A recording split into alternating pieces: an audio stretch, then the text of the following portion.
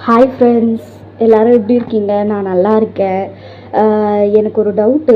என்னன்னா, எத்தனை பேர் வாடகை வீட்ல இருக்கீங்க? எத்தனை பேர் சொந்த வீட்ல இருக்கீங்கன்னு எனக்கு கமெண்ட் பண்ணுங்கள். ஏன் இதை நான் கேட்குறேன்னா, ஏன்னா நான் வாடகை வீட்டில் தான் இருக்கேன். என்ன மாதிரி பிரச்சனை எத்தனை பேர் ஃபேஸ் பண்ணியிருக்கீங்கன்னு கேட்குறதுக்காக தான் நான் இதை கமெண்ட் பண்ண சொன்னேன். நான் இருந்த வீட்டிலேருந்து 1 வீக் ஆகுது ஷிஃப்ட் பண்ணி. ஏன் ஷிஃப்ட் பண்ணேன்னா, அவங்க தான் என்னை பண்ண சொன்னாங்க. நீங்கள் காலி பண்ணிவிடுங்கன்னு சொல்லிட்டாங்க. ஏன்னா மதம் பார்க்குறாங்க. நீங்கள் இந்த மதம், நான் அந்த மதம், நீங்கள் வீடு வரும்போதே நான் அதை கேட்கல அப்படின்னாங்க. சரி ஓகேன்னுட்டேன்.